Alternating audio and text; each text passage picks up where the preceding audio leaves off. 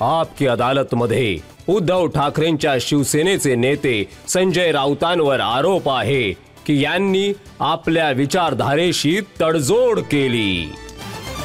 संजयजी, तुम्ही म्हणत होता की बाळासाहेबांचे सैनिक आहात तुम्ही, बाळासाहेब ठाकरेजींनी जे शिकवलं त्याला फॉलो करता तुम्ही, पण एकनाथ शिंदे एक गोष्ट वारंवार म्हणतात की तुम्ही म्हणजे बाळासाहेबांची आयडिओलॉजी होती, हिंदुत्वाची विचारधारा होती, त्यातून मागे हटलात म्हणून त्यांना पार्टी सोडावी लागली। एकनाथ शिंदेला माहिती आहे आयडिओलॉजी शिवसेनेची? त्यांना विचारा कधी भेटले तर, त्यांना विचारा। आयडिओलॉजी आहे ना बाळासाहेब ठाकरेंची शिवसेनेची? आणि आम्ही कधी हिंदुत्व सोडलंय त्यांना सांगा, त्यांना विचारा, एक उदाहरण दाखवा की आम्ही कधी हिंदुत्व सोडलं आहे। ही पहिली व्यक्ती आहेत एकनाथ शिंदे रडून रडून अगदी जाहीर सभेमध्ये आम्हाला बीजेपी सोबत नाही राहायचंय, अलायन्स तोडा, हा माझा राजीनामा घ्या। का? वारंवार ही व्यक्ती हेच म्हणत होती। तर ही आयडिओलॉजीची गोष्ट त्यांच्या तोंडी शोभत नाही। ते यासाठी म्हणतात की तुम्ही त्यांना गद्दार म्हणतात। ते म्हणतात गद्दार की तर आहे, गद्दार तर आहे। गद्दारला गद्दार नाही म्हणायचं तर काय विश्वासू ते म्हणायचं? म्हणतात की गद्दार नाहीये, आम्ही क्रांती केली आहे, आम्ही गद्दारी नाही, आम्ही क्रांती केली आहे, गद्दार नाही, आम्ही बंडखोरी केली आहे, विद्रोह केला आहे। हिम्मत हवी।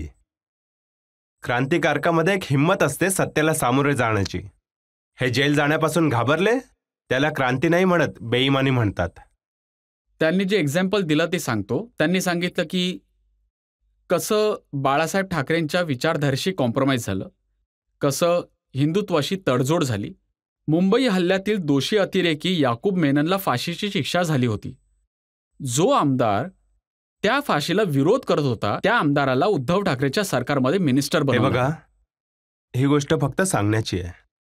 आता जो अफजल गुरु पार्लमेंटमध्ये जो हल्ला झाला त्या प्रकरणात त्याला फाशी दिली होती, असे खूप सारे लोक आहेत। त्याला स्वतंत्र सैनिक म्हणणारी महबूबा मुफ्ती आता बीजेपी सोबत सत्तेत आली। त्या बीजेपी सोबत शिंदे बसलेत, ते चालतं का? कोणत्या क्रांतीची गोष्ट करताय? क्रांती या शब्दाचा अर्थ माहिती आहे का त्यांना? काय असतो ते? काय त्यांची आयडिओलॉजी आहे? मी एवढंच म्हटलं की ते घाबरले आणि पळून गेले, हीच आहे त्यांची आयडिओलॉजी। वारंवार म्हणतात की आम्ही बाळासाहेब ठाकरेंच्या विचारांना पुढे नेत आहोत। बाळासाहेब ठाकरे कधी समजलेच नाही। जर त्यांना बाळासाहेब समजले असते तर त्यांनी गद्दारी केली नसती।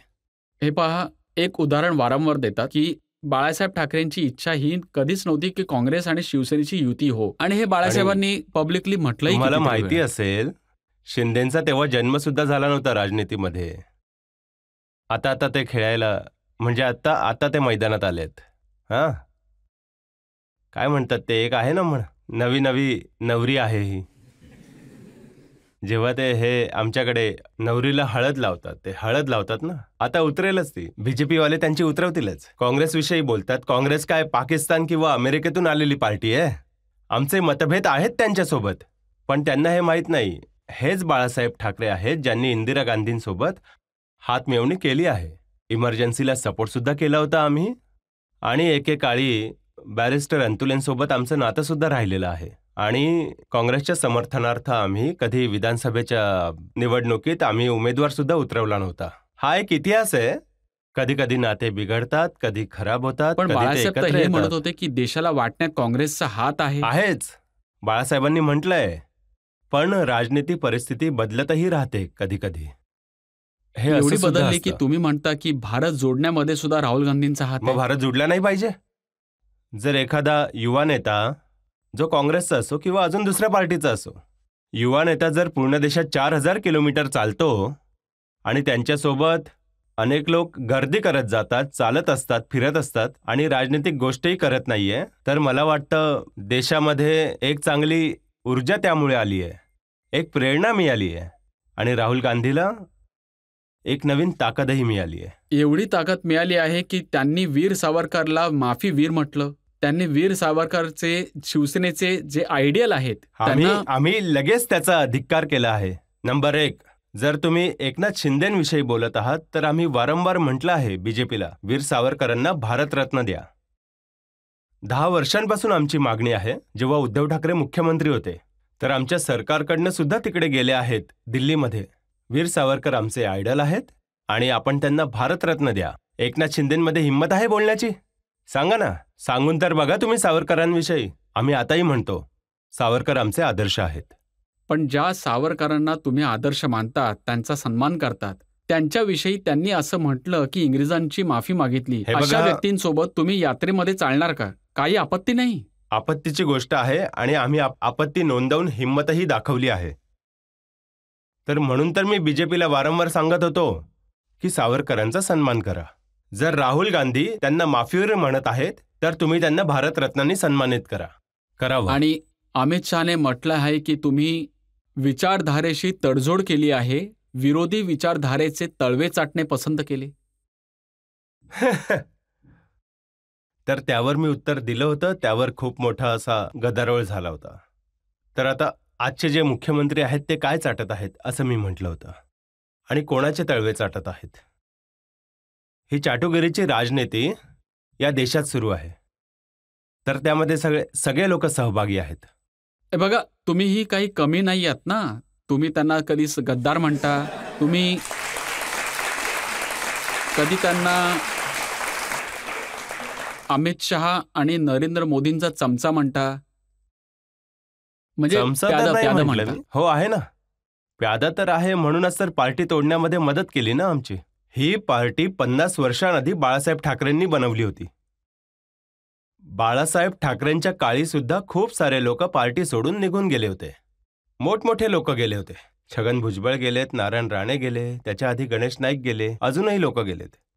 परंतु कोणीही हा असा नाही प्रयोग केला की पूर्ण पार्टीच दुसऱ्याच्या झोळीत द्यायची. ते आता झालंय.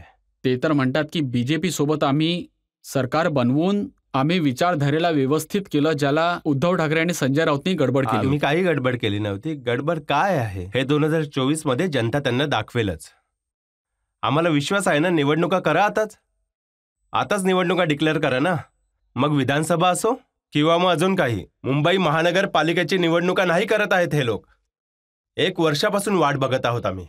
भीती आहे, लोक त्यांना हरवतील अशी खूप मोठी भीती त्यांच्या मनात आहे. मग तुम्ही त्यांना पक्षचिन्ह द्या, नाव द्या. पार्टी तर ठाकरे नावानेच चालते ना. तर तुम्हाला काय वाटतं, ठाकरे कुटुंबात जे बाकीचे लोक आहेत, एक उद्धव ठाकरेचं कुटुंब आहे, पण बाळासाहेबांचा दुसराही मुलगा आहे जयदेव, त्यांची वाईफ पण आहे, ते शिंदे सोबत का गेले? जाऊ द्या. अहो, मी पार्टीविषयी बोलतोय, मी कुटुंबाविषयी नाही बोलत आहे. पार्टी नाही, तुम्ही आता कुटुंबाविषयी बोललात पार्टी ना. ज्या ठाकरेची, जो ठाकरे पार्टीचं नेतृत्व करतोय, मी त्यांना कुटुंब म्हणतोय. तर ते ठाकरे आहेत, बाकी असू ठाकरे द्या ना. नाही आहेत. असे 50 ठाकरे आहेत. असे बघा. पण या तोही देशात- बाळासाहेबांचाच मुलगा या आहे. देशात हजारो गांधी आहेत. तर ते सगळे महात्मा गांधी बनले का? या देशात शेकडो मोदी असतील. सुशील मोदी सुद्धा आहेत ना. इथे सुद्धा मोदी आहेत. अजूनही मोदी आहेत. नाही, तो तर बाळासाहेब ठाकरेंचा मुलगा आहे ना. असू द्या ना. मुलगा असला तर मग काय झालं? मुलगा मुलगाच असतो ना. पण पार्टीचा सेनापती जो असतो तो सेनापती असतो. नाही, तुम्ही म्हटलं ना की ठाकरे कुटुंब यांच्यासोबत आहे. मी तुम्हाला सांगितलं की काही थोडाफार राज कुटुंब ठाकरेंनी सुद्धा त्यांच्यासोबत पार्टी आहे. बनवली. तोही कुटुंब होता. कुठे आहे पार्टी? हे लोक कधी त्याच्यासोबतही गेली होती. राज ठाकरे सुद्धा एक नेता होते, आमचे सोबती होते, आमचे मित्र होते. एक मोठी पार्टी बनवण्याचा प्रयत्न केला. पार्टी कुठे आहे तुम्ही सांगा मला.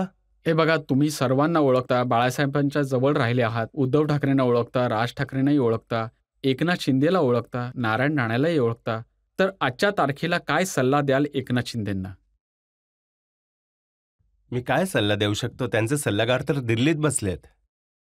आता ते कोणाचाही सल्ला घेण्या एवढे लायक नाहीयेत आमच्या इथे. बघा, त्यांच्या तोंडी नेहमी हा एक शब्द असतो की माझ्या मागे महाशक्ती आहे दिल्लीमध्ये. आता त्या महाशक्तीचा जो सल्ला आहे तो घेत राहा. परंतु आयुष्यात तुम्ही खूप मोठं पाप केलं आहे.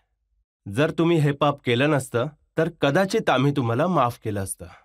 असं आहे की आपण शिवसेना जी बाळासाहेब ठाकरेंची आहे, धनुष्यबाण ज्याची पूजा होते आमच्या इथे, ते विकत घेण्याचा प्रयत्न केला आणि तुम्ही विकतही घेतला. त्यासाठी या राज्याची जनता तुम्हाला कधीही माफ नाही करणार. ठीक आहे, पार्टी सोडली, राजनीती तुम्ही केली आहे, करायलाही पाहिजे. तुमची इच्छा आहे तर तुम्ही करा ना. तर सल्ला माझा हाच असेल की जनतेसमोर जर तुमचं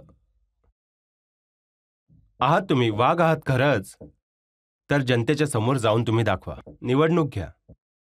जसं आदित्य ठाकरेंनी म्हटलं ना त्यांना, मी राजीनामा देतो, तसा तुम्ही राजीनामा द्या. आपण दोघेही एक दुसऱ्याविरुद्ध निवडणूक लढवू. आहे हिंमत, माझा सल्ला आहे. दुधाचं दूध आणि पाण्याचं पाणी सुद्धा होईल. शिवसेना कोणाची आहे?